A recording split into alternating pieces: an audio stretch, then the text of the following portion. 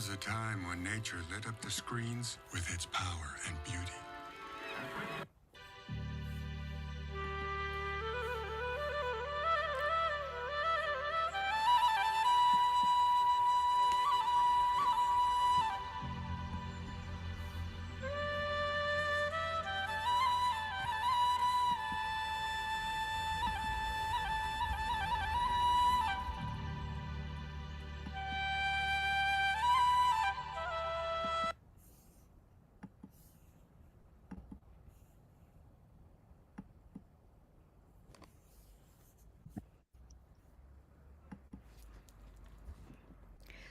Saune Jai Shri Krishna, Jai Jinendra, Jai Swaminarayan, Sai Ram, and good evening to you all. I hope you're all fine.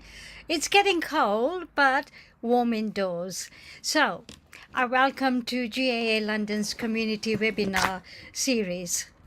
Oops, I've lost you. No, I haven't. Over the last two sessions with Rasmita Gohil, we've taken important steps in building our awareness and resilience against financial scams. In session one, which was on the 4th of September, gave us an essential guide to spotting and stopping scams, understanding how scammers think, recognizing red flags, and learning practical strategies to stay safe. And in session two, which was 11th of September, we focused on scam awareness in practice, exploring real-world fraud tactics from phone phishing to investment fraud and why even the smartest people can fall victim. So today, 18th of September, session 3, we move deeper into protection strategies. Raz will guide us on how to recognize when something isn't right, what actions to take if you suspect a scam, who to report concerns to so you and others stay protected. So the session will once again end with an interactive Q&A, so please feel free to ask questions and share your experience. And in between the session, if you want to put your questions in the chat, we can catch on that as well. And Raz can answer your questions if there is time. Otherwise, we'll wait till this session finishes.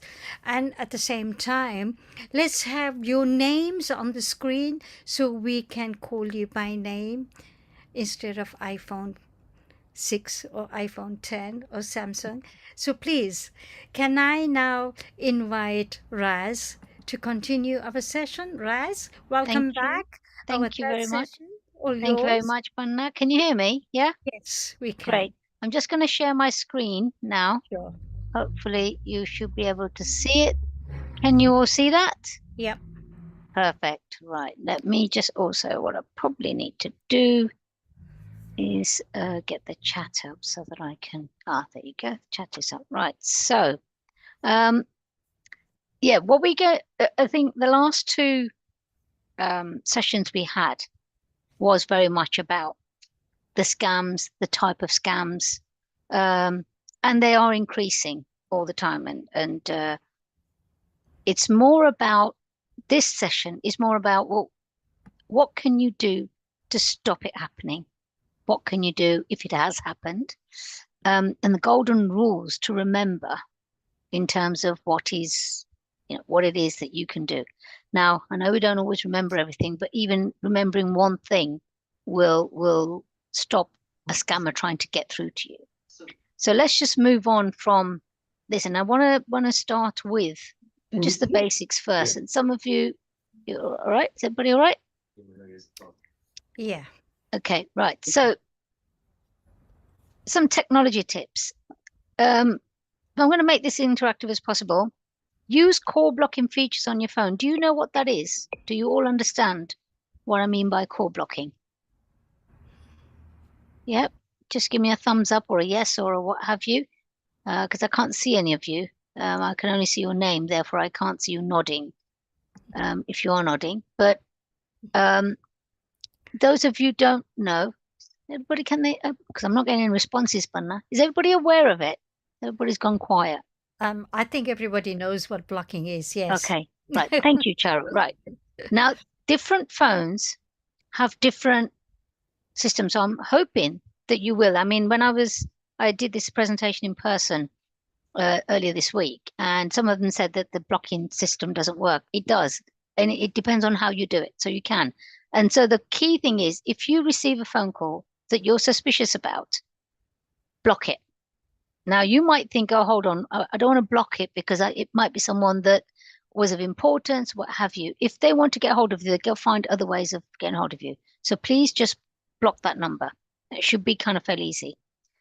Never click on links in suspicious emails. So you will get an email. You don't. Now, some of you may not understand what phishing is, and whaling and all of that in terms of emails and how they hook you in.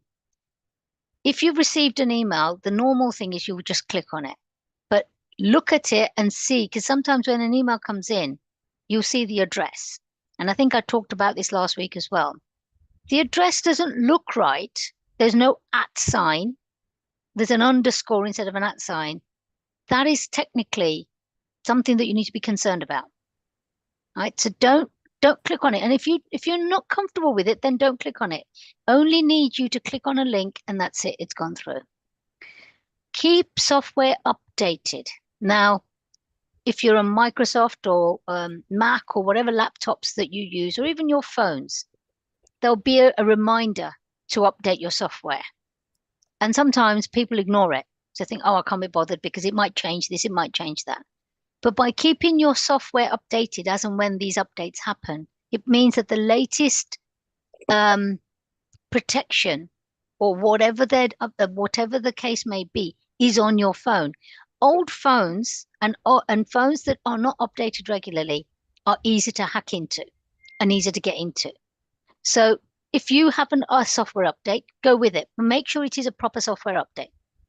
And you'll know that from the way it comes up and the way it's either on your laptop or on your phone.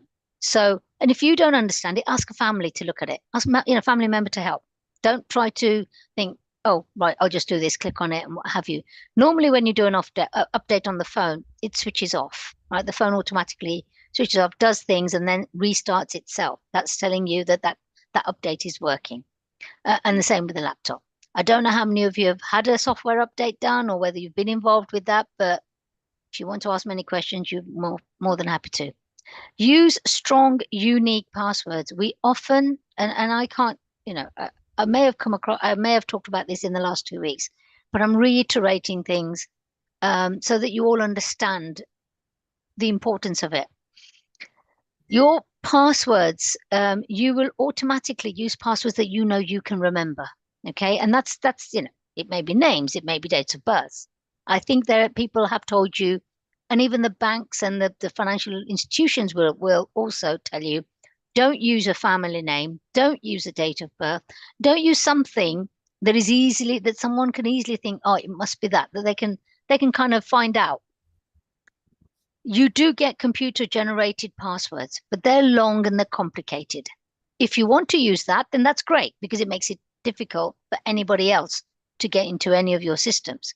But then write that, and when I say write that down, put it somewhere that you know you're going to remember. I talked about e-wallet. I've got e-wallet, but there are different programs out there where you can secure and save all your passwords and all your personal information, which you can then kind of update and download via into your laptop so that it's already updated there. But the important thing is make sure that it's a password that nobody else would know. And the other thing I'm going to say is change it. I can guarantee you we don't change our passwords. Right? We have a password because we remember it, we keep it. And I would say change it at least every 3 months. If you can remember to change it every month, that's great. But if you feel that, okay, I can't remember, put something in, put a reminder, I must change my password, even if you've not used it that many times, because you don't know who's watching or where you might be. You might have used your phone and you might have been in a shop, or you might be in a coffee shop and you might be using your laptop and you're not aware. but some of these people are very sharp. So change your password regularly. And this is something when I say use the passwords that nobody knows. It's only got to be unique to you. And then don't start telling anybody, oh, by the way, that's my password. And the other thing is, you know what some people do? They'll put a password, and let's say, for example, it's my name, Rasmita 1. Next month it'll be Rasmita 2. Next month, Rasmita. Don't do that. Change it completely, and use all those different characters. And I can't kind of express enough the importance of changing these passwords. And log out of online accounts when finished. Okay, so when you have, let's say, for example, you're online, whether it's an email, whether it's shopping, what have you, once you finish, don't keep that tab open. Close it down. Close it, because if you want to go back into the website, you can. It's a genuine website, you can. So completely come out of it. Now, there's one thing that I remember Bunad said to me. I don't know if it was on Tuesday, whether it was the webinar, but one thing she said is when she's on the phone to any if you've got a problem with your phone or technical help desk with your laptop, you're on the phone for a very long time.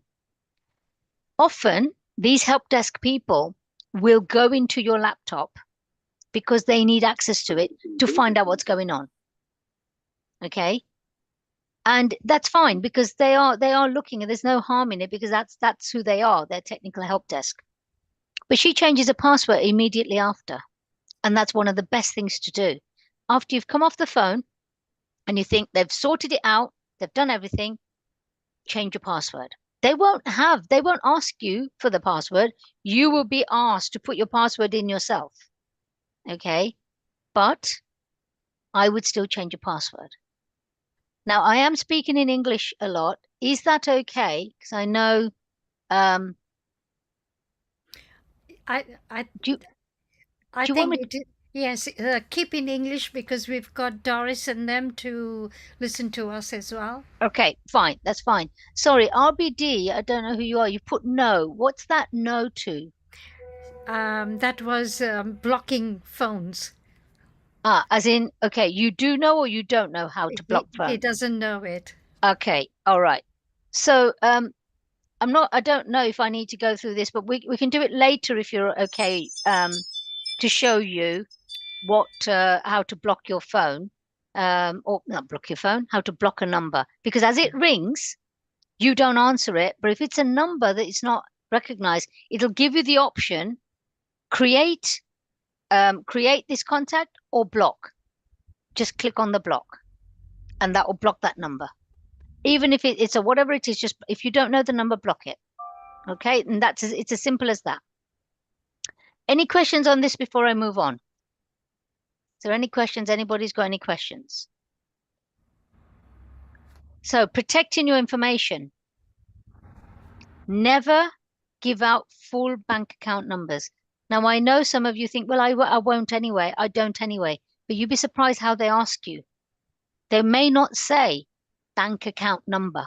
They might say, oh, by the way, on this, because they might say, can we have details or what have you? A scammer might say, can I have details?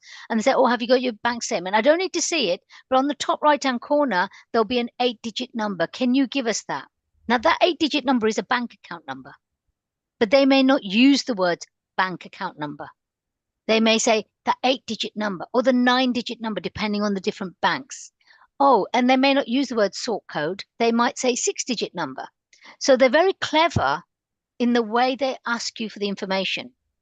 Now, so however many digits there are, don't give it out. Ask them, why do you need that? Why do you need those details? And they'll give you an answer, what have you, but don't believe it.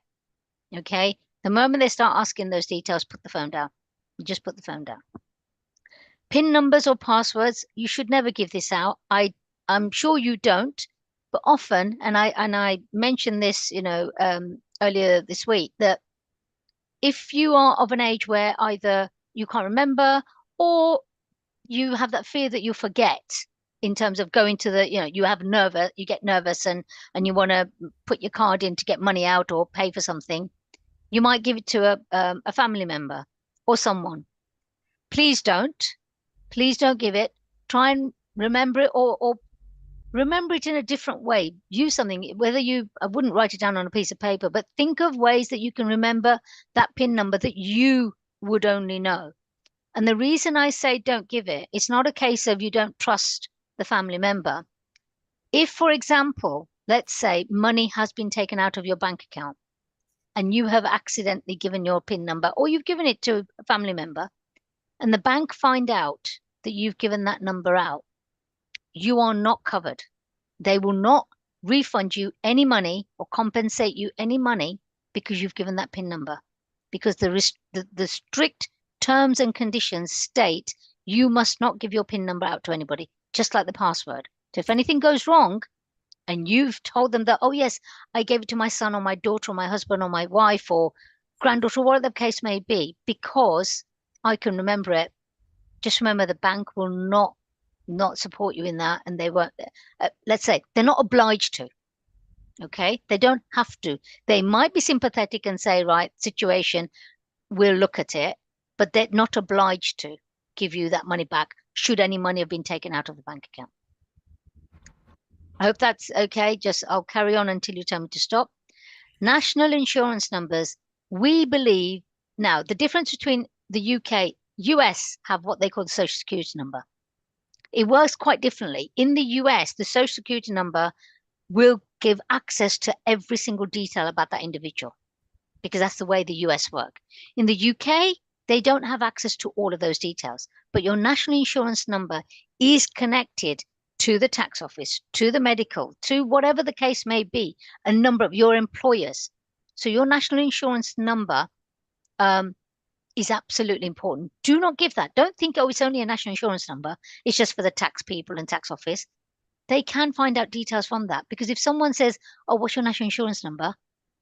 And someone you've given it to, they've got it. They might be able to access details that you don't, that are personal to you. So be careful. Please don't give national insurance numbers out either.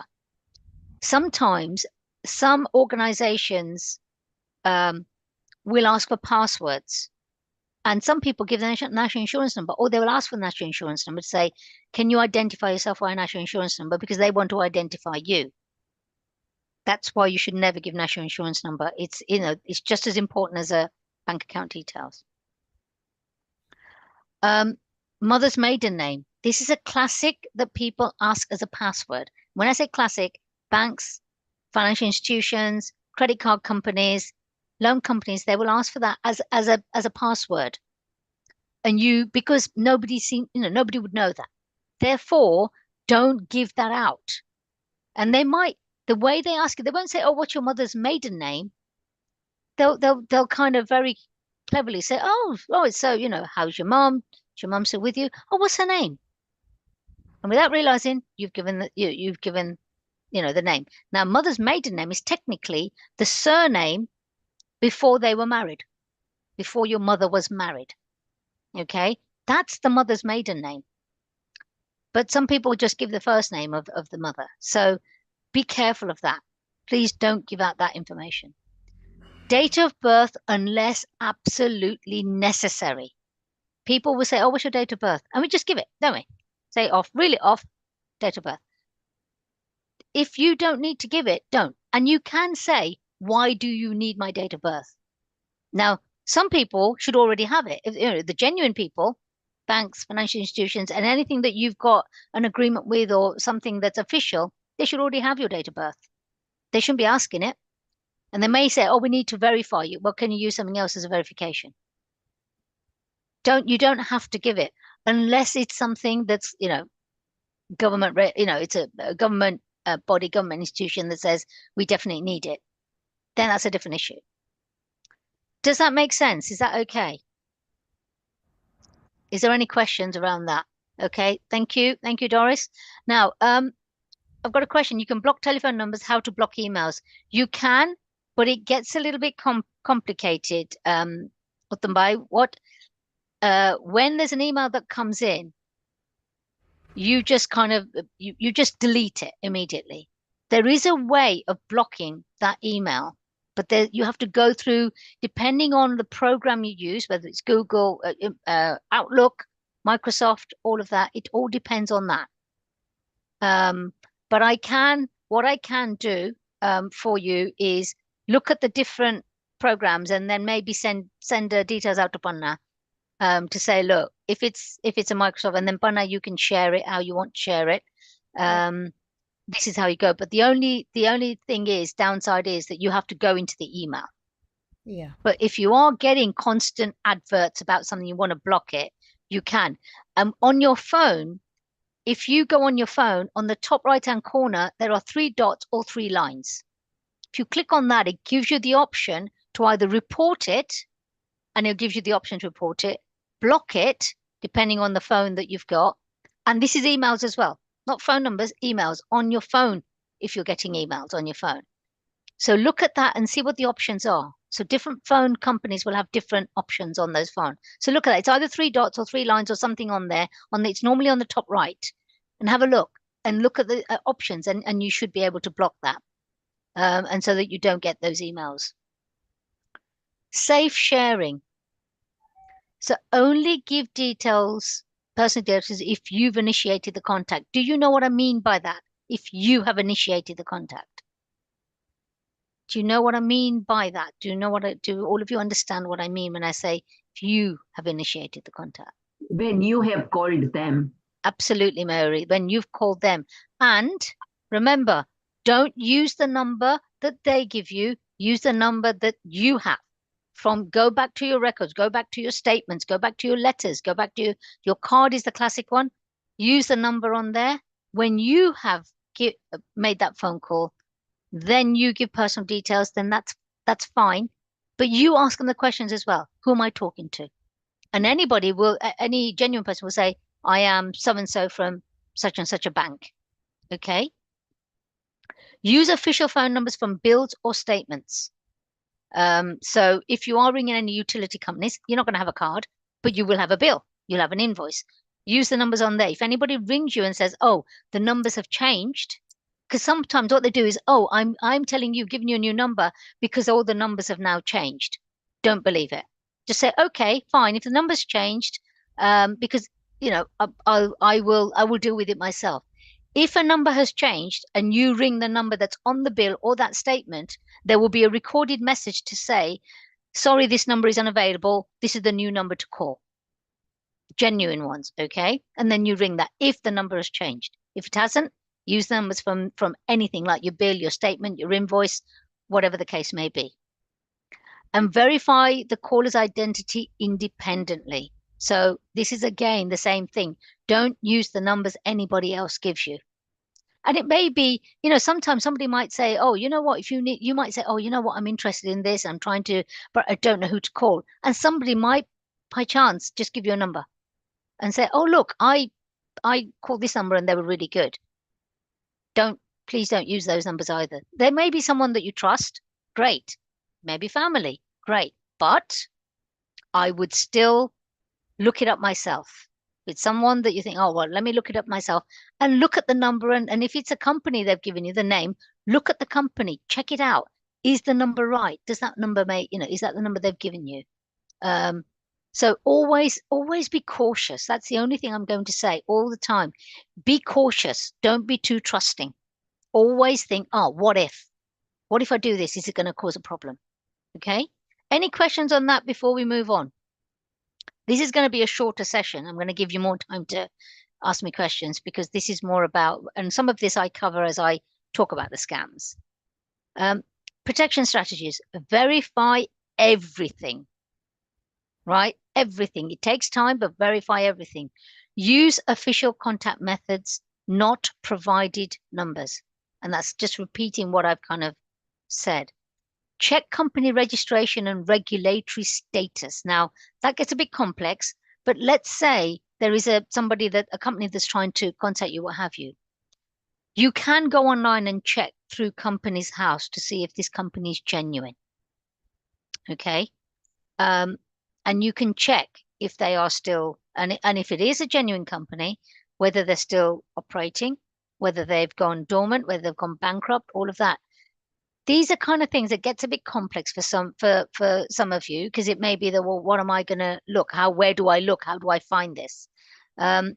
and this is where the Citizens Advice Bureau comes in. They can guide you. And you can say, look, I'm getting constant emails from this company. I don't know how to check or what to check. And they will guide you. And I've got numbers and everything. And I will provide that to you. Reverse image search suspicious photos. Do you know what that means? It's quite complex what I've put, but when you, how can I explain this in simple terms? When you are, what's an example? Let's say AI generated, someone's AI generated, what have you, and they're on the phone or they're on a laptop or what have you. You will look at it image like this. Now, this is something that we use, when I say we use, in the banks. We used to do this. It's called mirror image to check if a signature is genuine or not. And you think, well, how it's a mirror image, how does that work? But you'd be surprised, you can see the difference in a mirror that you can't see on the checks. So in the same way, an image, a person or an image or someone that signed something, if you put a mirror image, if you put a mirror next to that, or so that you can see the genuine signature and the one in the mirror, if it's, I won't say fraud, if it is forged in a way, the mirror image will be shaky, whereas the genuine may not be. And when I used to work in the banks, if we were suspicious, I'm not saying everybody does that, but if we were suspicious, and we're talking, days ago when the days when checks were around and everything, we used to think, all right, hold on a minute, this doesn't look right. And you look and you can tell. And if there's no shakiness in the mirror image, it's genuine. If there was anything that was wrong, it would come up in the mirror. I know you're going to say, well, how does that happen? And we couldn't understand how it used to happen in the banks, but it was a way for us to check. And in the same way, if you look in the mirror, you look at someone this way in person and you look in the mirror image is slightly different. Okay. And also in the mirror, if there's anything that's wrong, so remember, in a mirror, things are reversed, right? It's not, so my left hand here is going to be right hand in the mirror image. But when something is not quite right, that left hand shows as a left hand in the mirror image. And it shouldn't. Okay. It's literally mirror image, left to right. Do you see what I mean? Does that make sense to what I'm trying to say? So look at that. If you're thinking there's something not right, just try to put a minute and think, oh, does this look right? Does it? I'm not saying put in front of an AI generated photo or picture or someone talking, which you can. There's nothing to stop you. But if there's something that you think, oh, you've received a letter from, I don't know, tax office or government, and there's a signature on there, check it via the mirror. Just get a mirror and think, what does it look like? Is it, and any shakiness will show in the mirror. And it's one of these things. It's a phenomenon, and I don't know how to explain that in Gujarati, but it's a phenomenon that everybody think, well, how do we know that? And it's just something that's always been there that we've always followed. Cross-reference. Sorry, go on. Is there a name for that in English? What the mirror? Yeah. No, there isn't. There's no such name as such. It's called reverse image search. Okay. It's so it'll be a reverse image search. I mean, I have to say, it's even like, when someone's on a laptop, like you can see me now. Now my background is blurred. You can see Panna's background. It's got GAA. If it wasn't quite right, the GAA would be reversed. Now, it depends on how you put your background image on. But sometimes if you were to put a mirror on there, that GAA image won't show properly because but the thing here is what Panna's done is put GAA so we can all see the GAA the right way. So she's put the background in the right way. Sometimes the backgrounds aren't that correct. It'll be the wrong way round. And those are the ones you think, oh, hold on a minute. Why is that backwards? Why is that image backwards? It shouldn't be backwards. It should be able to read properly. So Does that make sense? Because you can, if you can see my screen, you can see GAA, correct? And you can see GAA the right way. Now, if it was wrong, it would be reversed. Okay. Yeah. Mm. Cross-reference information with multiple sources. This, what I'm basically saying here is check and check and check again. If there's something that you've seen or read or heard doesn't make sense, check it. Where can I check it? Check it online. Check it with a friend. Check it with family. Does that make sense? Check it again, but don't just give in. So information that's provided, you know, it might be, like we say, it might be from a government website. Check the website. Go on to Google. Go on to all the other browsers and say, type in, what does, you know, have you received a letter? Or I've received a letter about this. Type it in, and it'll come back with something to say, well, this is correct. Check this again. Look at this. And it does give you guidance on what to look at in the browsers, right? So when you, whether you go to Chrome or Edge or whatever the browser that you use, there are different browsers that we talked about last week. But any information that you're not comfortable with, check by these browsers, or ask somebody. Say, look, I've got this. What does it mean? Don't just sit on it, and don't ignore it. Okay? Does that make sense? It gets this bit is a bit complex in terms of the kind of things, and you may not even come across this. But the reason I'm telling you is sometimes there are websites that we will go on, and it's just checking to make sure that you're comfortable. Create barriers. Never share personal information immediately. They will ask you and they'll force you to give information. Now, like I've said, put the phone down. But something might be, you think, oh, well, actually, hold on. I want to carry on listening to them, see what they're trying to say. Don't share the information immediately. Let them, you ask the questions. So create that delay in providing information. If it's genuine, that person will ask you certain things in different ways, and you can then understand it and ask them the question. Well, you know, tell me a bit about wherever they are. You know, how long was, whatever the case may be. There might be questions. I'm just trying to think of different people that would ring you, and it would be, let's say a bank rings you. You can ask them because they have access to your details anyway, and say, right, okay, tell me when was the last time I used my bank card? Tell me about the last time that I'd shopped in a supermarket, which was a supermarket. Now, they would have access to all of that, whereas scammers not necessarily would have access to all of that unless they've managed to get into your bank details or they managed to get into your bank. So before you ask the questions, before they start asking you the questions, say, hold on a minute, I don't know who you are. And they will ask you to verify. Say, well, tell me a little bit about why you're ringing me. Why are you ringing me? And they'll start talking and have you. From there, you get an understanding. Say, well, I'm not comfortable with you. You can put the phone down. And then ring the number, like I said, ring independently. Or you start asking them questions. And don't have this fear of asking questions. Ask them. Use a two-factor authentication everywhere. Now, when I was at the community hall, we talked about this. Does everybody know what a two-factor authentication means? And does Doris, do you? I mean, I can see you, so I'm going to. Doris, do you know what that means, Doris? Two-factor authentication. Does everybody know? My answer was no, I don't. Okay. So what a two-factor authentication means is you might go into something, right? You might want to go into your bank account. Or you might want to go into any of your details and you type in a password. That password goes in. If you've got a two-factor authentication, what it does is it then tells you on that thank you for your password. Please put in this code that we have sent you. And that code will be on your phone. Or it'll be on another device you've given them. It might be on your phone, might be on an iPad. If you're on a laptop, you might say, well, put it on an iPad or put it on a phone.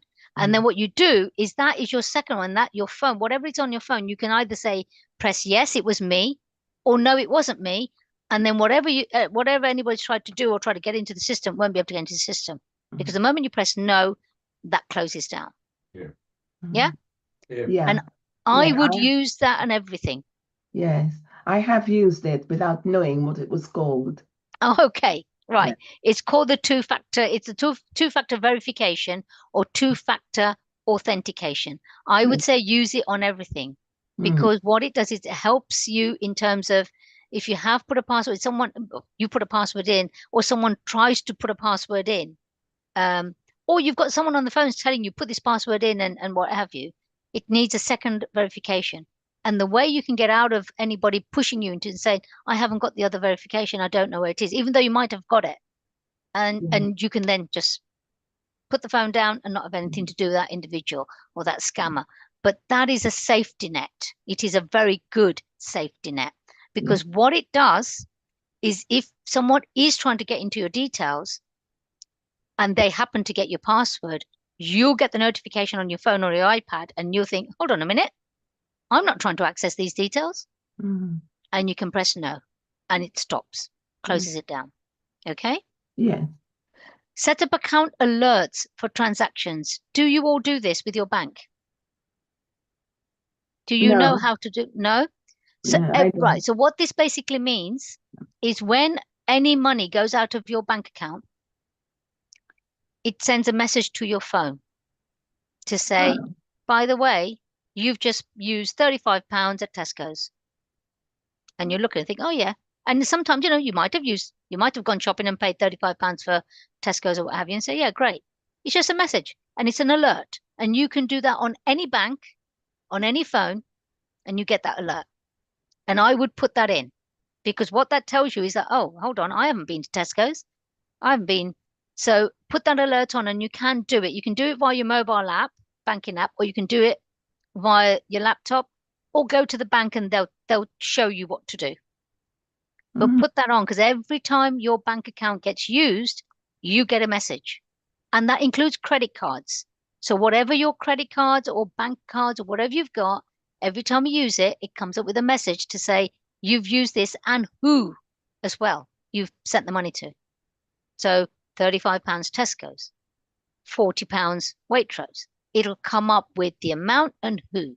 And it comes up almost immediately. So I say almost immediately, within 5-10 minutes of you using the card. So use that. If you don't know how, go to the bank, get them to put it on for you, and you can use all your cards on there. Put all your cards that you have. And if it's a joint account, put both cards on there. Implement cooling off periods for major decisions. What this is, now you all know about a grace period or cooling off. So let's say someone has forced you to take out a loan, as these scammers do. Like I was telling you about, people are saying, right, you've got to pay this much because otherwise you're going to be arrested, or you've got to pay this much, go and get a gift card, all of that. Or they might have actually got you to sign something without realizing you've signed it. And it might be via the laptop or even via the phone. And you might have just proved, doesn't need your signature. It just needs a thumbprint, or it needs a little box that says yes or no. What you can do with that now is, even if you have gone and it's a genuine facility that you've asked for, a loan or whatever, credit card facility or whatever it is, don't just go ahead and say, right, okay, yeah, I'm going to accept this. Say, I want to have the time allocated to me to think about it before I finally say yes. And you can. So normally it's 10 days. Some institutions and banks will give you 2 weeks. Some even give you a month. Use that facility to be able to say, right, nothing will happen until you say yes. Okay? You might have gone and got that loan because you need it. But nothing happens until you've actually finally said, yes, I'm happy to do that. But what it is, it's called a cooling off period. You have to apply and say yes or no within that 10-day period. So you've signed everything. You think, right, I've changed my mind. I don't want to go ahead with it. But you've got to do it within the time scale.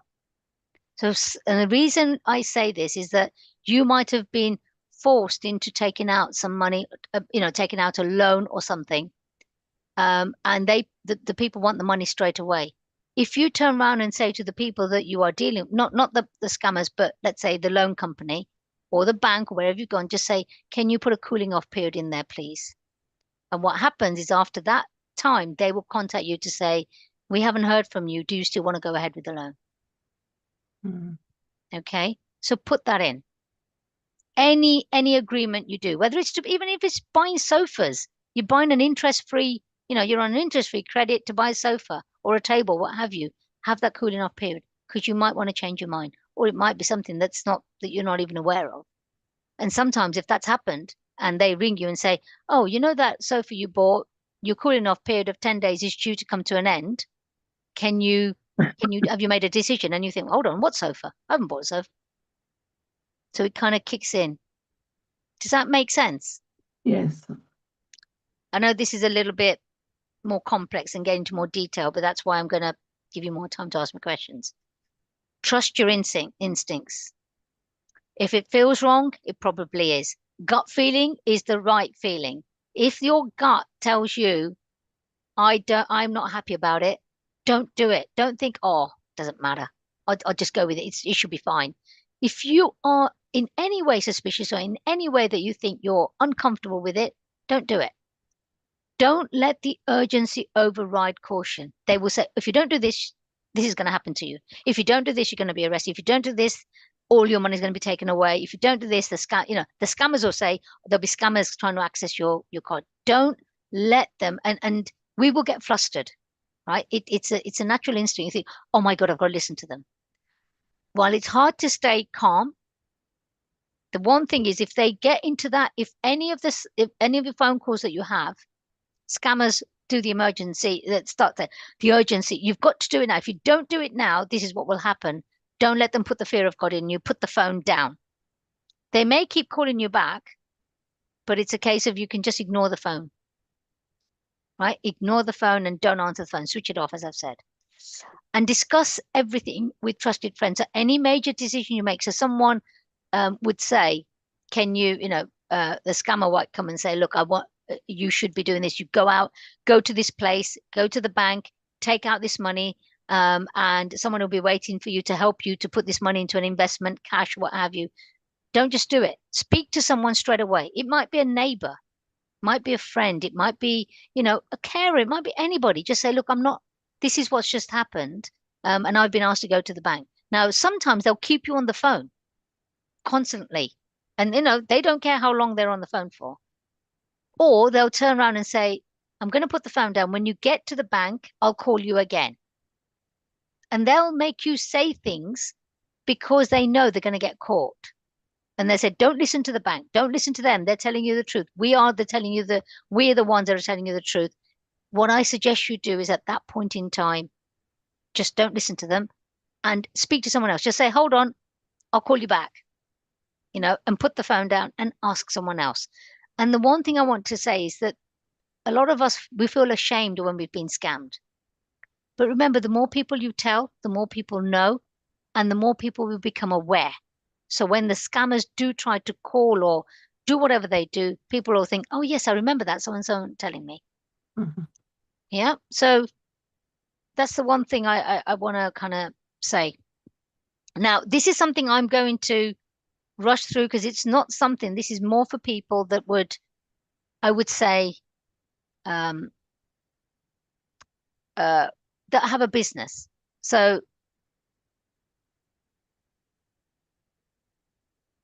if you are owning a business and there's things, and I don't know, some of you may be owning businesses. This is why I'm saying, or you've got family that own businesses. These are the things I would ask you to check, and I will share these details with Bana so that she can share.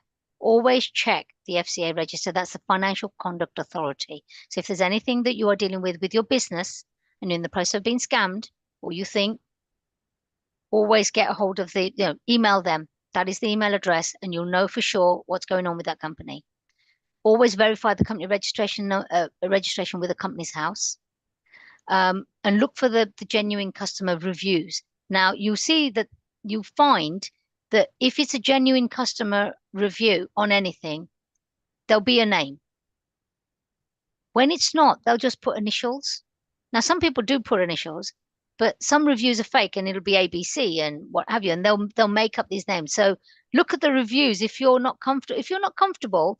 TripAdvisor is pretty good when it comes to reviewing. Because sometimes their own websites have come, even if we're looking at hotels or holidays, they look at and they'll put these reviews on. Hotels will just put reviews because it looks good. Whereas the TripAdvisor will go through everything. It's a genuine website that will put in the right, the right reviews, the correct reviews, because you have to go through such a process. Whereas the own reviews for their own websites, it's a very quick process. And contact the company through official channels if you need to. Right. For online sellers, check domain age and registration details. So always check. The domain means the website address.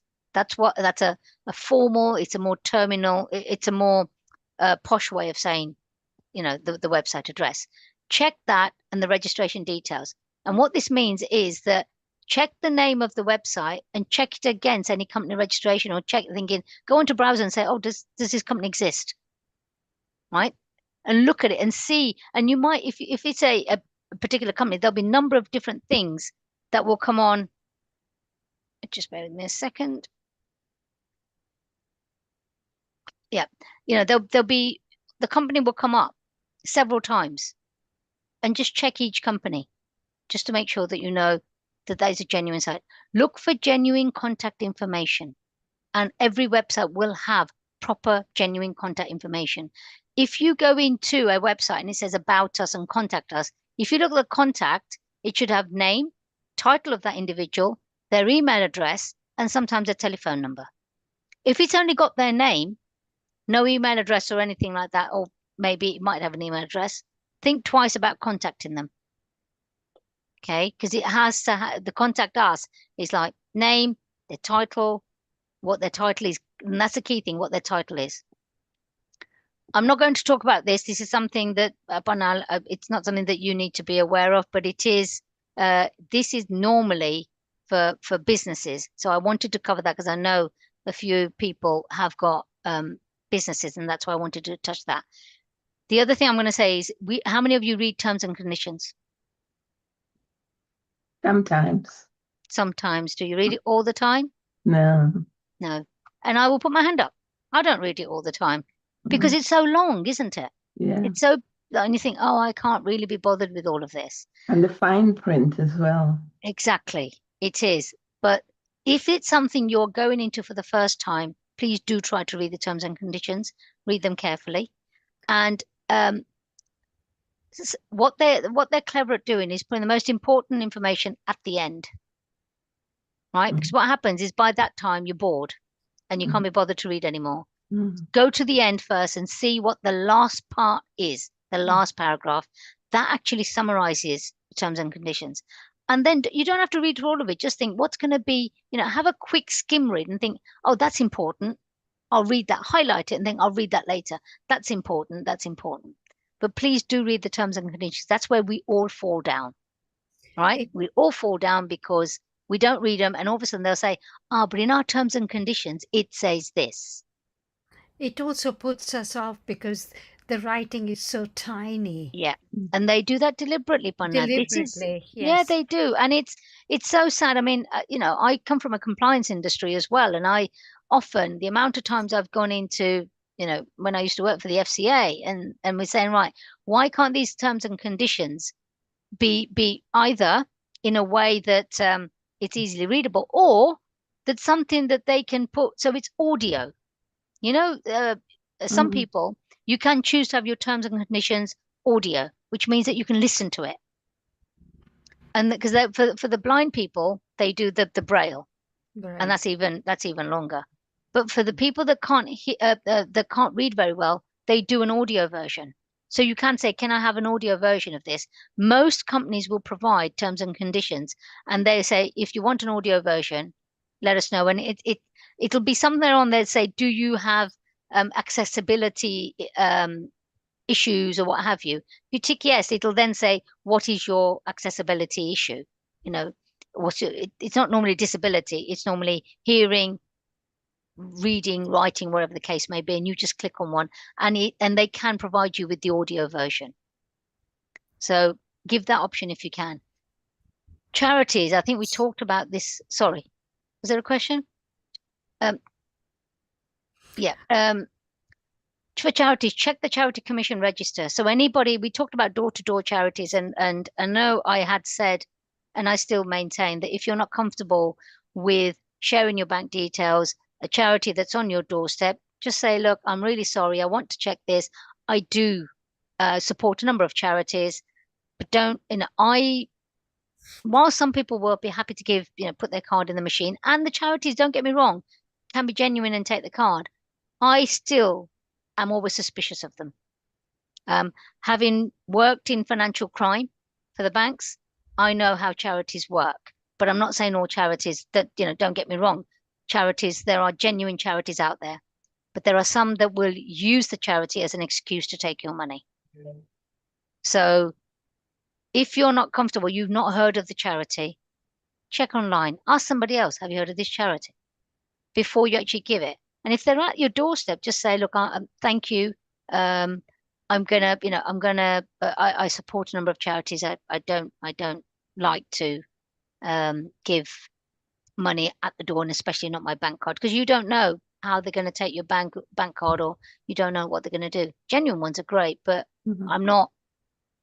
I personally am not comfortable, and I would give cash and thought, right, okay, I've lost that £10 or £5, what have you, but never my bank card. And these days everything is electronic. But people do accept cash. Banks do still accept cash, so charities will accept cash. The one when you go to the tube stations and they're putting their buckets up and down, it's got coins in it. So people do accept cash. Verify the registration numbers, and this is where it's important. And this is not maybe something that at your level you would do. Ask someone to do it. So if they've given you, every charity will have a charity registration number. So even if you are decided that you're going to give a monthly amount because it's something that you want to support, like cancer, like I don't know, children in need or whatever, like, check the registration number and then make sure that that registration number tallies with the company. Now, if you don't know, get someone else, because if you're going to be doing a regular amount that you want to, make sure that that is something that you check. Look for transparent financial reporting. That's not something I expect you to do. This is for the businesses again. But I have put it in for people that do have businesses. Look at their accounts if you're not comfortable, and that's something you do via Companies House. And again, contact through official channels. So, for example, if you've got, I don't know, Bernardo's on your doorstep as a charity, go into a Bernardo's and say, do you go around people's houses? Because some of those charities don't do that.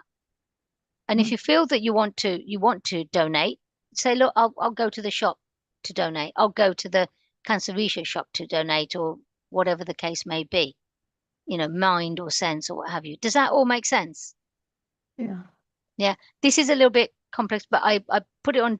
I wanted to share this for the people that own businesses, because they need to be. Because don't get me wrong, it doesn't just happen to personal people, right? It happens to it happens to companies, and companies get scammed just as much. There was I can't remember where it was. It was in I was talking about. Do you remember I was talking about AI generated faces? And I believe I'm just trying to figure out where it was that I'd read it. I don't know if it was in the Times or if it was on somewhere, that there was a CEO, a chief executive officer of a company, big, very large company, and he was on a Zoom, just like we are. And the people that he was talking to were in a boardroom, right? And there were 6 of them in this boardroom. And they were talking about, about this particular project, but needed, for the project to start, they needed an upfront payment of, are you ready for this? $1 billion. Okay, billion, not million, $1 billion. And the guy, the chief executive officer, who was not on the, he was on a Zoom, so he couldn't see. The AI generated faces were so genuine. The AI generated faces were of his team, of his exec board, but he couldn't identify them because he just thought, oh, they're people. He wouldn't think any different, right? Because it's never happened to him before. So he had his 6 people that he knew, but they weren't the genuine people there. They were all AI generated. And somehow, somewhere, someone managed to get to him on a phone, then got to him and say, get off that Zoom, leave the Zoom immediately. He was about to press the button on the authorization for $1 billion to go to this project, and he got saved. And he would have lost $1 billion. And this is, and if I find the link, I will send it to Panna so that you all can see what happened. It's not a big thing, but it's not a long one. I think it's about, I said not a long one, it's about 10, 15 minutes, but it's amazing how clever these people were, just to get the money. Mhm. Right, what to do if you're targeted? If you suspect a scam, stop all communication immediately. Or put the phone down, whatever the case, don't talk. If it's an email, switch off. Don't send money or provide any more information. Don't ever send money. Even if they say you need to do this, otherwise you're going to be fined, the police is going to be at your door, this is going to happen. Don't send it. Just don't. If you suspect it, it's fine, because if you don't do anything and it was genuine, they will find a way of getting to you to make sure that they prove that they are genuine. But a scammer will just keep ringing you and saying the same things. And what you will notice is when they know that they've kind of been caught, or that you're not playing their game, they get more louder, and the tone gets louder, and they get more irritated, and they start, getting, and sometimes they start using words that are, Mhm. that are not nice. So you would know from that. Gather evidence, save emails, and note phone numbers. And the reason I ask you to do this is if you happen to be talking, write everything down. And if you've got an email, make a note of that email. If you've got a telephone number, make a number of that telephone number, because those are the numbers that for future, you can either block it or you can share it with someone to say, if you get a number that looks like this, don't answer it. Report it, action fraud, anything. If you feel that it's and don't think, oh, that's silly because I'm not sure. Doesn't matter. It's better to ring them and let them know and it be fine than not to ring them and they do it to someone else. Okay? So ring the action fraud and tell someone, tell family member, tell a friend, tell your bank that this has happened to you. Ring the bank straight away and say, this is what's happened to me. So they are aware and they will look at your account, but they'll know that, they'll monitor that. And what banks can do is they put internal systems, they'll put certain things in. If they feel that this is not the norm for you, the way you operate your bank account, if something is not norm for them or for you to do that, they'll notice it and they'll make the phone call. So, how responsive are the banks and authorities when a fraud is reported? What If you should go, sorry, go on, Panna. what Sorry. should victims realistically expect? Well, if you've gone through the fraud department, they do ask you a lot of questions to make sure it's genuine. But they do take it on board. What happens, and having been there, is that if, say, someone had called and said, "Look, I've got a issue with my, I believe someone's got my bank account details, what have you." What they can do is monitor the bank account, but they don't individually monitor. There's something that comes up, say, "Oh, right, okay, this transaction has come up for this individual." So, for example, you don't spend more than £100 a day or a couple of days, what have you.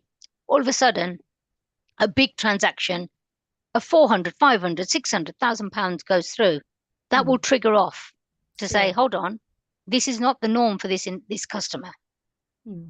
They will then look at that account, check the account internally to say, where is that payment going to? And if they feel it's suspicious, they will call you. The bank will call you and say, and they will obviously ask you to verify yourself. And they will call you and say, have you made a payment of this? And often that happens a lot when you're abroad, because you might be abroad and you've forgotten to tell them that you're going abroad and using a bank card. They'll either stop the payment or they'll say, I've just had a payment from, I don't know, Dubai, from a shop in Dubai. Is that correct? And you think, yeah, sorry, I am in Dubai. Or no, I'm not anywhere near there.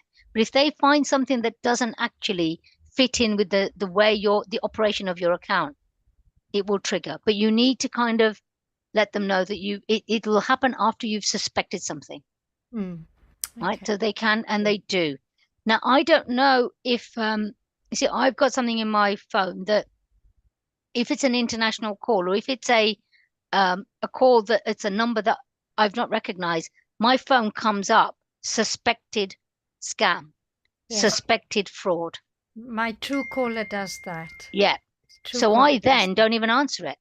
Now, Yeah. sometimes, you know, it might be a number from the States, from India, from wherever. And I think, oh, yeah, it might be. But the moment it comes up, suspected fraud Yeah. or suspected scam, I don't even answer it. Yeah. Because if they want to call me back, they They can will call me back. you back. Yeah. Okay. That's So right. don't think, oh, this is suspected. Who do you think it would be? Please don't answer it. No. Okay. Just, if you have been scammed, What happened to Mark? Yeah. contact your bank immediately. Yeah. Okay. The first people you should contact is the bank, not the police, because the police don't have access to your bank account. No. The bank, because the bank can then put all the stops in to stop any more money coming out of your bank. Report it to the police via action fraud. So step one, bank first, because they're the ones that's where your money is, not with the police station. Okay. Report to the police, report it by the action fraud, and don't be embarrassed. Right. Don't think, you will get emotional. You think, oh, this is so stupid of me. Doesn't matter. It happens to everybody. You know, it can happen to, you know, anybody of any age. So But in this case, are there trusted helplines or organizations in the UK that people can contact if they Yes. suspect a scam? Yes. And here we go. Okay. So I'm going to put all these up.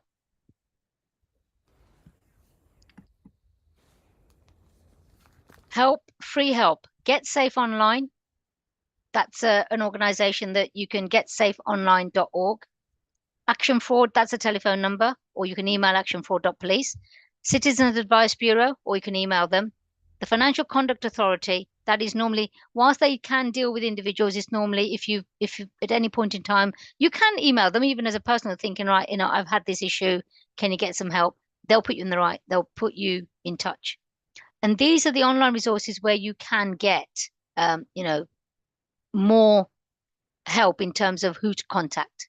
UK Finance, the banking fraud, and that's your normal banking fraud. It's not a genuine one. You can just type in UK Finance and you can put a bank, or you can actually go in through your own bank's fraud department. Ofcom is online for telecom scams, so you can go to that regulatory body and get details from there. And this is data protection issues, which is it's called an ICO, independent compliance officers, and that is any data protection issue. Information commission officer. Yeah, that's right. Right. And what you can do is data protection issues, any data protection issues, you can go through them. Right. So if anything that has gone through, you know, that your details have been shared and you've got concerns, you can deal with them online. But now I think if I haven't sent it to you, I can send you this so that you can share. Yes, Yeah? please. Yes, please. And so you can share. And there's a lot more. The other thing I will share as well is the programs that come on. Please watch them, because they are, and some of them you probably do, Scam Interceptors, which is Scam Interceptors, which is the one that the BBC record and show, and you can watch that via iPlayer as well. It is, you know, they come up with some of them. I'm like amazed at how these scammers think of ideas and how they manage to get these people. And some of them are so elderly, you know, in the 80s and 90s, and they're still getting them to give money. And these scammers have no shame at all. Warnings checklist. So unexpected contact, asking for money on personal details, right? This is a checklist. And again, Panna, please share this. Pressure to act quickly, request for unusual payment methods. If it's too good to be true, it is. Don't believe it. By the way, I know I skipped through unusual payment methods. Do you know what I mean by unusual payment methods? No. No, right? So they might turn around and say, I'm going to get you to open this crypto account. Can you pay me via crypto? That is fraud. Absolutely fraud. Yeah. Right? Crypto, you can. There are crypto accounts that exist for people that want, because you can have cryptocurrency. But if someone rings you and says, I want you to pay by crypto, and you're at that, you think, well, what's crypto? Mm. Then no. Some of them will say to you, as was the case with one of the programs I was watching, they'll say, can you go and buy, you need to pay £1,200, buy 10 gift cards. And then there'll be someone, they'll be waiting for you to collect those gift cards. And you've paid for the gift cards, Mhm. right? So any of that, that nobody, HMRC or bank or, whatever bill you got to pay, they're not going to accept gift cards. So be careful. Poor spelling and grammar, think of it. And whilst I know English language may not be, the English may not be your kind of primary language, there are certain things that you'll see and you think, well, that doesn't look right. The Yeah. English doesn't sound right. And if that is the case, then be careful. Even in the emails, it doesn't come out right, so we No. can catch up straight away. Absolutely. Absolutely. Because it's not just the poor spelling, but it's the way they've written that. The way they've written, yeah. Yeah, it's English, it's the way and also like, when I look at, if you can see my cursor, request for unusual payments, they might put that request as a little r Yeah. instead of a capital R. All those little things, Yeah. look out for, Yeah. because a proper formal email or letter will be addressed properly. Yeah. And then, refusal to provide credentials or contact information. So when you ask them the questions, they'll refuse to give you the details you want. Say, who are you? They'll make a name up. What's your second name? They may make a name up. Where do you work? Can you give me can you give me a minute? I'm just going to check. And sometimes they'll stay on the phone and they'll give you all this, rubbish. They'll probably tell you all these lies, and you look, and and they'll stay on the phone. They'll just think, you know what? They won't check properly. But be careful. Don't ask them the details. Ask them all the time. Keep asking them questions if you're not comfortable. But the key thing is put the phone down, is what I would say. So, Mayuri had experience just a few days ago. Mayuri, would you like to talk about it, please? Can you hear me? Yes, we can. Have you got two devices on, Mayuri? Yeah, I'll because when I go into the kitchen, I don't want to miss. I'll come out of it. Yeah. Sorry. I was trying to book tickets to India, and the experience I had with this company, I saw searched through the internet for cheap tickets, and what happened is then I contacted them, and they sounded genuine. They told me they're a sister company of Southall Travel.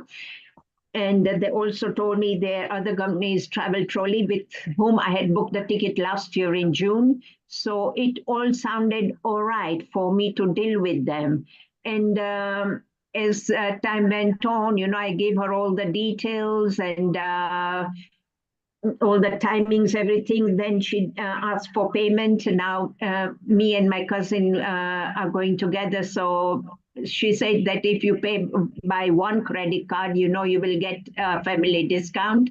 So that my cousin paid from her credit card, and then later on, we did not receive the tickets for a few days. And I said, oh, I want to send off my passport for renewal. I can't wait forever. And we were getting impatient, and we were asking her to, if we could get bigger baggage allowance and all that, and sorting everything out. And, she said, no, we'll require, this credit card doesn't go through after a certain amount. She took about £790, and then she said further amount it doesn't take. She asked for another card. She asked my cousin, so she gave her other card. I said to myself, oh my goodness, how could my cousin give a second card?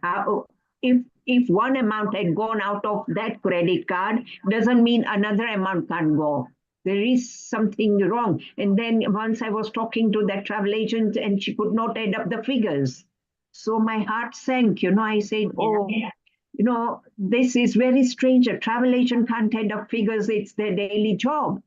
Yeah. And then eventually, I figured out. And then when we wanted to speak to them to email the tickets, she blocked our numbers and she was getting angry and she said, I'll cancel all your bookings and this and that. So she blocked our numbers and then we figured out it was fraud. But I had checked that company on Companies House. It's called Flightwise Limited. It's registered in Companies House.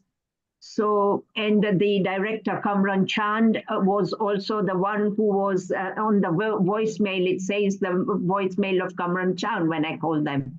So it looked genuine. Right. Okay. Yeah. The one thing I told my cousin to stop her cards for the bank. Yeah. And I spoke with Action Fraud, and they said that it's the financial loss has been suffered by my cousin, so she should report to Action Fraud.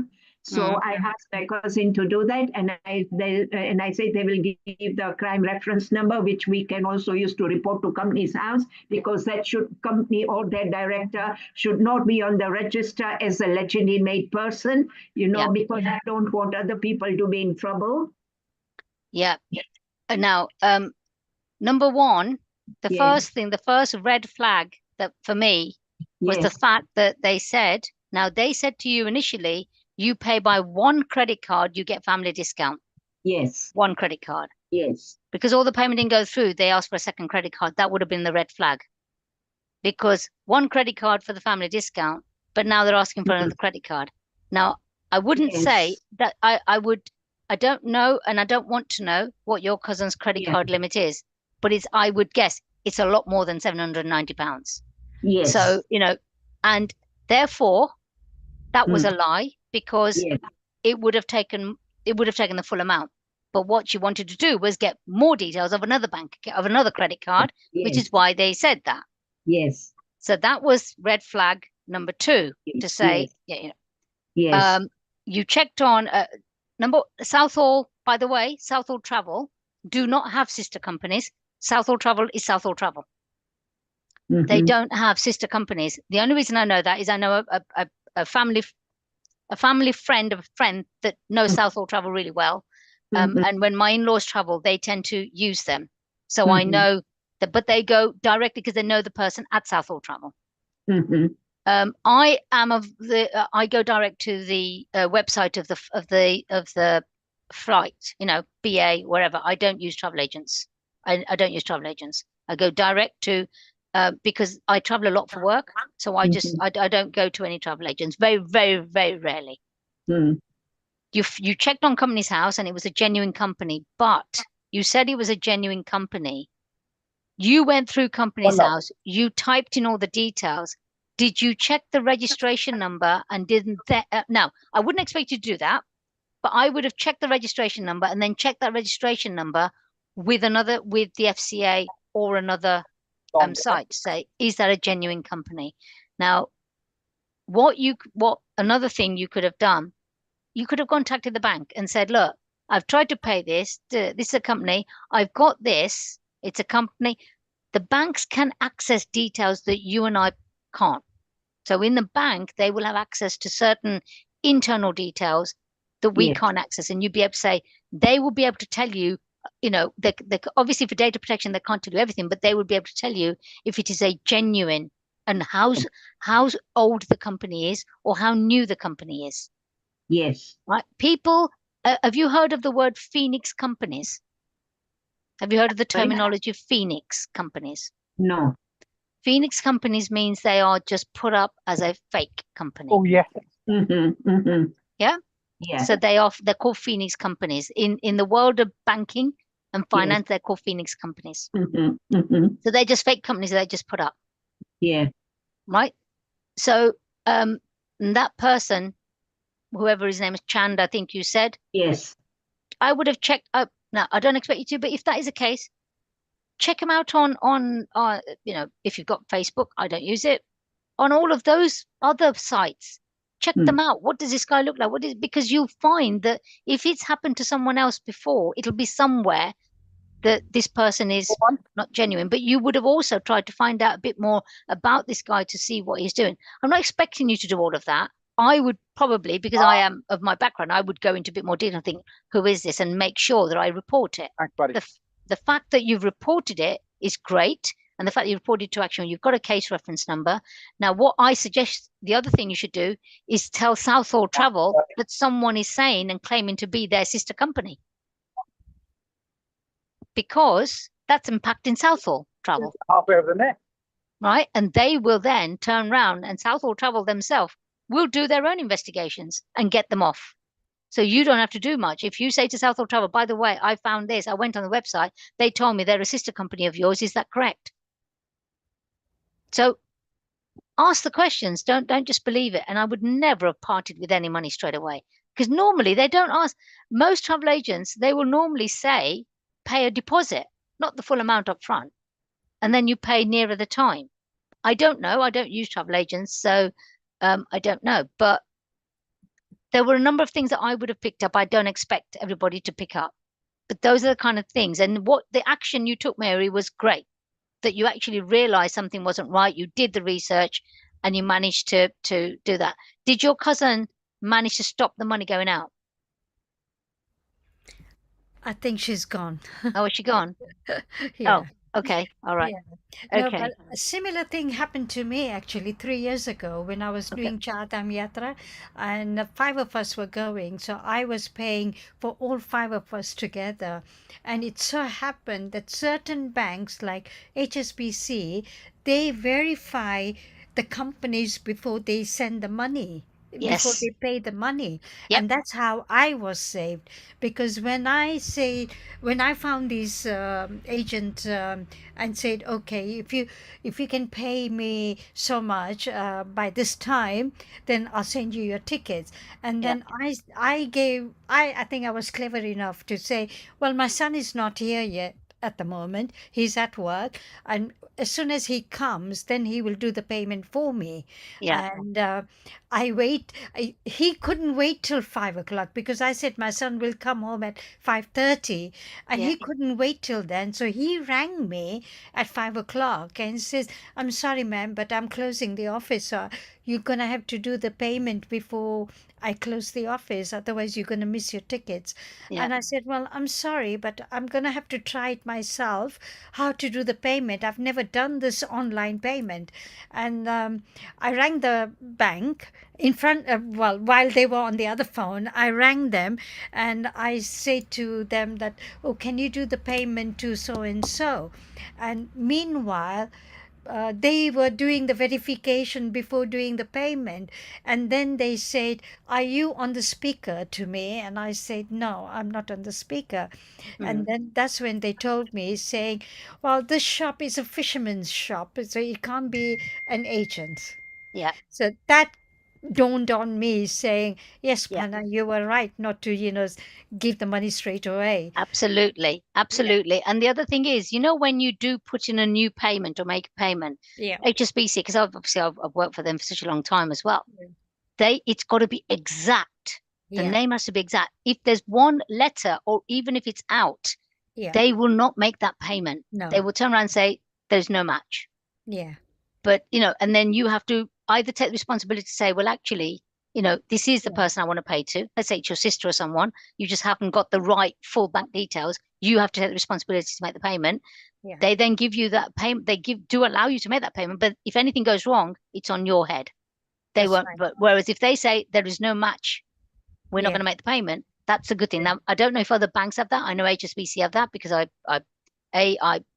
work with them. So, and I work for them. So, and those are the kind of things that you should be doing. I always say, if anybody says to make payment, and it's a company you've not used before, I'd be reluctant to pay anything. And I would turn around and say, can I just pay a deposit first? Check everything, then make the full payment if you're comfortable. Yeah. True.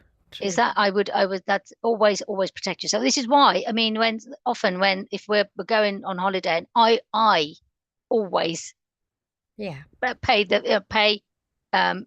buy the flights, everything. I do it because I know I've got my own app, and and I know what I need to do, the details. I know they're going to ask me. So anything else, I know it's wrong. But I know, and I don't use it. I just go through one company because I know that company, and that's it. Yeah. And I go direct. I don't use any travel agents. But that's just me. I'm not saying everybody has to do that. you know, Yeah. because everybody's looking for good deals. Exactly. So Yeah. everybody's going to, but check that out. You Yeah. know, check those deals out. Don't just accept it. Oh, okay. So what I Well, would say, To there's a add. few questions on there. Thank you, Nim, for your wonderful feedback. When we book holidays online, we have to give credit card details. Is that safe? Banu and I, we have to give credit card details if we are booking online. Yes, if that's what you want to do, but I would check the company that you're doing that. What we often do is if we are booking a holiday, unless it's the you know who I use and they do a package, then I know it's safe because it's that one company. But if I'm doing it separately, then I'll do the flight separately. And if I'm making a payment for that holiday, I will go to the hotel direct rather than go through anything like, I mean, Expedia is fine. Some of these online companies are fine. You've not, but it was just be careful if it's a company you've not heard of. Also on Amazon, they store your card details. Yeah, they do, because they've got, but is it okay? My gut feeling is I don't like anybody that stores details of my bank account.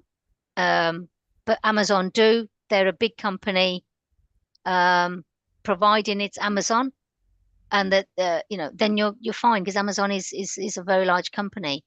And because my husband uses Amazon and it's that, but if you want to, you can sometimes change your credit card details if you want. If you feel that at any point in time you want to change your credit card details on there, change them. If you think, all right, I've used this card, I don't want anybody else to have access, or they've had it for too long, change them. But yes, they do. Amazon do. Can you remove the card details from Amazon or PayPal? You can.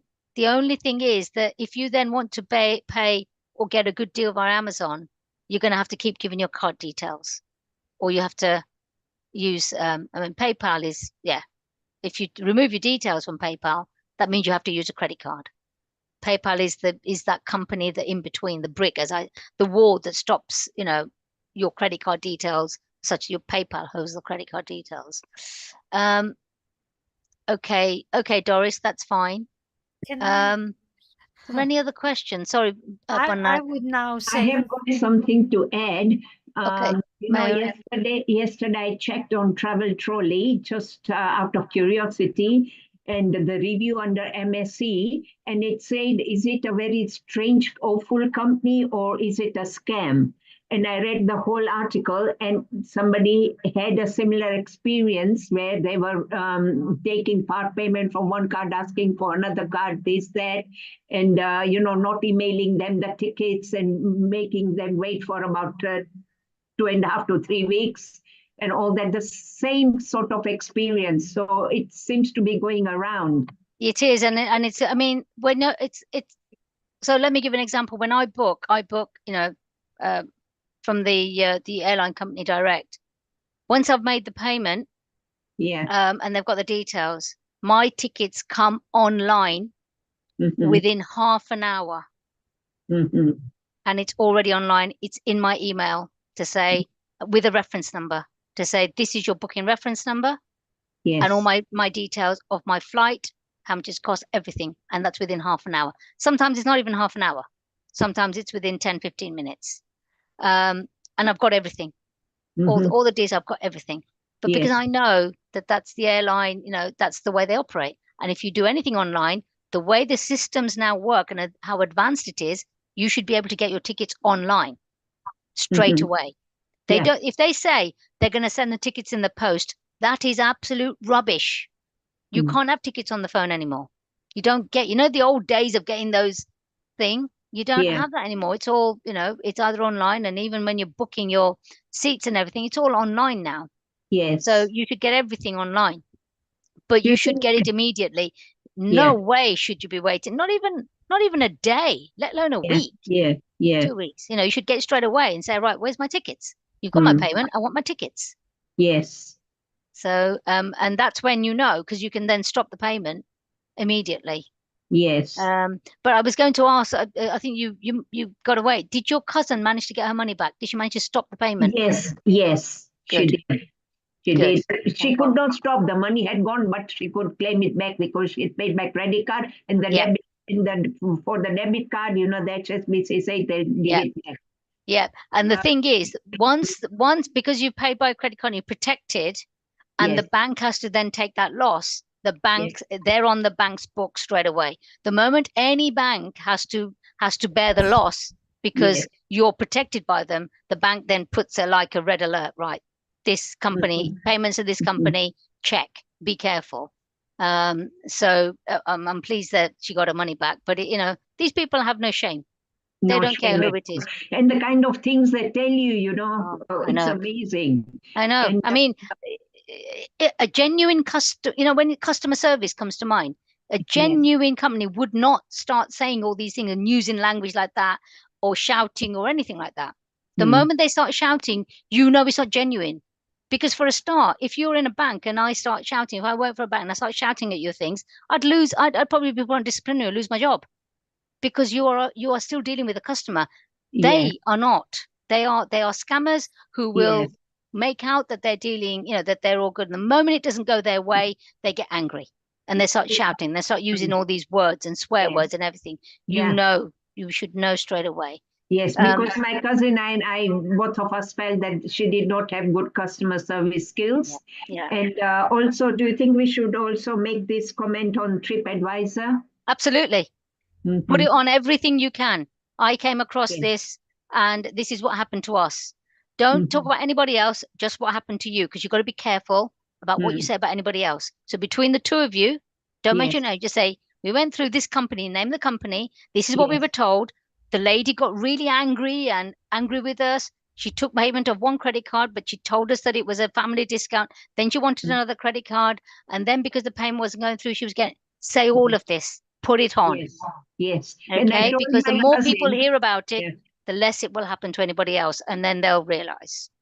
And I told my cousin that if the payment has failed with the second credit card, you know, if you call the credit card company, they will be able to tell you. Yes, absolutely, and do that. But I would, yep, absolutely. Right on to provide. Put it on a review. Put it on anything. Yeah. If you're on Instagram, put it on Instagram. Yeah. If you're on Facebook, put it on Facebook, and say this is what happened to me, because people will then realize that this is what's happening. But you don't need to put your names in. Just say this was the situation, and it happened to me and my cousin. Don't mention your names. Don't mention anything about you. Yeah. Just the situation. Yes. And do you think Action Fraud will investigate the matter? They will. It depends on the amount, but yes, they will. At the moment, because you've been given a case reference, haven't you? Yes. Right. So if you don't hear from them, call them and say, "This is the case reference. What's the update?" And they will let you know. Now, if they've done, it depends on who's doing it. But if they do their job properly, they will probably kick them off the company's house, and they will close the company. So the company's house also we are going to report. So the directors will be very seriously liable for this fraud. Well, yes, they will be liable. They've just got to be caught red-handed, though. That's the only problem. This is, it's because he wasn't involved. Remember, it was one of his employees, and he'll turn around and say, "Well, I didn't know anything about it. She was the scammer. I've got a genuine company." So you've got to be careful as well. They're very so. But yep, absolutely, put it on everything that you can. Just make sure you don't compromise yourselves. Don't give your names. Just make sure that, as you say. I know. So finally, we could go on and on and on, but now finally, Absolutely. if you've had to give just one golden rule to remember that can save us from 90% of scams, what would it be? Right. You know what I'm going to do is I'm going to skip this because we were, I'm not going to do this. Right. Can you see this? Yeah. I'll share this. One golden rule, I can't give you one, there's so many, is trust your instincts. If it's wrong, it feels wrong, then it is wrong. And if at any point in time you are uncomfortable with that conversation, put the phone down, switch off your laptop. Okay, so that if they've managed to get into your laptop through a link, switch off your laptop immediately. Mhm. Okay. And if they've got into, if they're on the phone, switch off your phone. Switch it off, not restart or put it on silent. Off. Off means off. And the other thing I would say, when you're talking to people and you're in a shop, you're anywhere, be careful what you say. We Yeah. don't realize what we say half the time, True. and you don't know who's listening. Mm. So just be careful when you are, we all natter, we all have a good old gossip. We're all shopping with our friends and family, and we say all these things. You don't know who's listening. True. Very true. So, time has to plod on. So, thank you so much, Raz, for such an insightful and practical session this evening we've had. Your clear guidance and spotting scams, protecting ourselves, and understanding the psychology behind fraudsters has been invaluable. Thank you.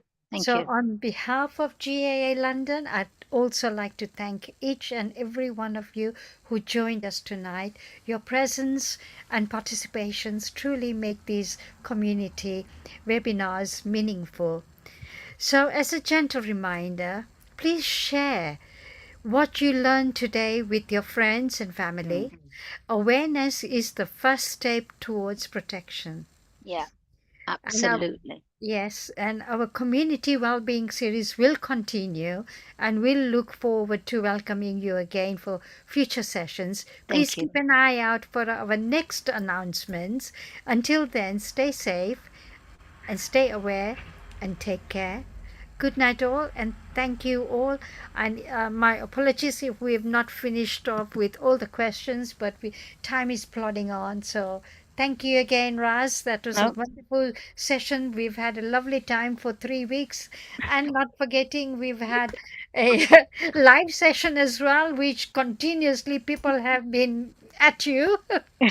yeah, I do. I was just telling everybody that I was trying to eat and my food had gone cold. And I said, if it wasn't for Panna literally dragging me away and saying she needs to eat, I probably wouldn't have even eaten on Tuesday properly. Exactly. Yes. But So once again, thank you very much, and thank it you. was a very thoughtful and interesting session we've had. Thank you. Thank you. No, and as always, if you've got any questions, please feel free to reach out to, and you can reach out to me. But now you've got my details. If anybody questions you and say, what about this, what about that, just reach out to me and I'll be happy to answer any Okay. questions. Thank Yeah. you very much Okay. again. Thank you. Stay safe, everybody. Thank you for all your feedback. And thank you for listening. But please be aware, stay alert, stay safe. Thank you, Panna. Thank you, Rehat. Thank you. Thank you. again. Thank you. Thank you. So again, please look out for a new link for next week. We're gonna have a different subject. So that's it. Good night and Shubha Ratri. Somni Jai Shri Good Krishna. night. Take care. Okay. Jai Shri Take care. Krishna. Sairam. Bye now.